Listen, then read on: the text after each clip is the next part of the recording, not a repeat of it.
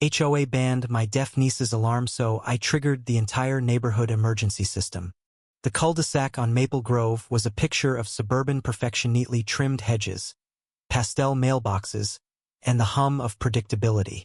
But beneath the surface, tensions simmered, and I, Clara, was about to ignite them. My niece, Lily, 16 and deaf since birth, had moved in with me after her parents' accident. She was my world, bright, stubborn, with a laugh that could thaw any heart. But the neighborhood's homeowners association, led by Karen Whitaker, had other ideas about her place in their pristine community. Lily's alarm was no ordinary clock. It was a vibrating, flashing device designed for the deaf, ensuring she could wake up independently. It was loud, sure, but it was her lifeline. Karen, with her manicured nails and penchant for control, deemed it disruptive. She'd sent letters, held meetings, and rallied neighbors to complain about the nuisance. I tried reasoning Lily needed it.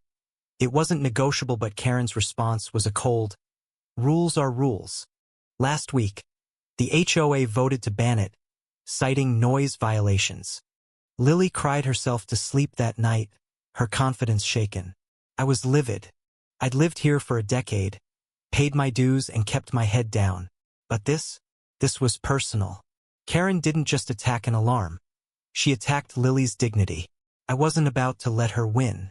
The neighborhood's emergency system, a piercing siren meant for tornadoes or intrusions, was my answer. It was wired to a control panel in the HOA office, and I knew the override code from my brief stint as treasurer. If they wanted noise, I'd give them noise. The plan was simple but reckless. At 3 a.m., when the neighborhood slept, I slipped into the office, a small brick building by the community pool. My hands shook as I punched in the code. The siren blared instantly, a deafening wail that tore through the silence. Lights flicked on in every house. Dogs barked. Babies cried. I stood outside, heart pounding, watching chaos unfold.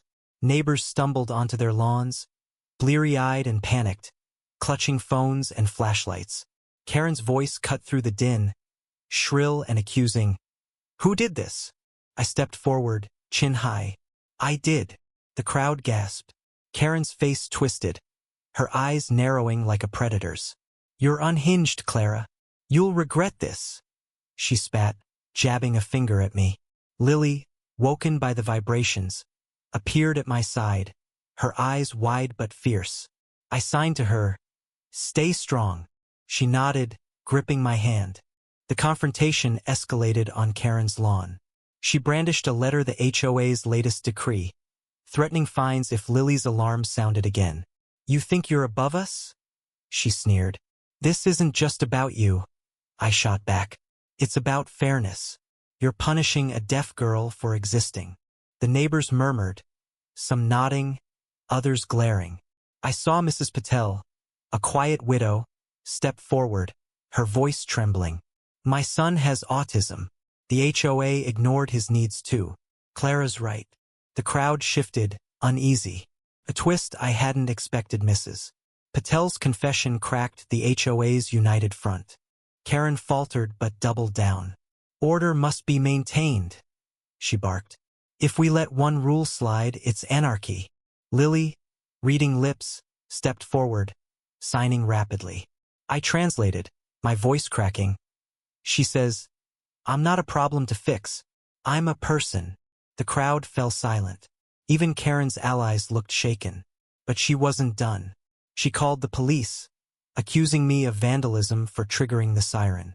As sirens real ones approached, I knew I'd crossed a line. The fallout was brutal. The police didn't arrest me, but the HOA slapped me with a $5,000 fine and a lawsuit threat. Worse, Lily blamed herself. "I should have hidden my alarm," she signed, tears streaming. I hugged her, whispering, "This isn't your fault." But the damage was done. The neighborhood was divided. Half saw me as a hero, half as a menace. Karen's reign continued, her smile smug as ever. I'd wanted justice, but all I'd done was amplify the chaos. Days later, a new twist emerged. Jake, a teenage neighbor who'd always kept to himself, slipped a note under my door. I recorded Karen admitting she targeted Lily to keep the neighborhood pure. It read. He'd overheard her at an HOA meeting, bragging about weeding out anyone who didn't fit her vision. The recording was grainy but damning. I shared it with the neighbors' group chat. The backlash was swift. Petitions circulated, demanding Karen's removal. But it was too late for Lily. She begged to move, unable to face the stairs. We left Maple Grove for a quieter town, her alarm packed away and used.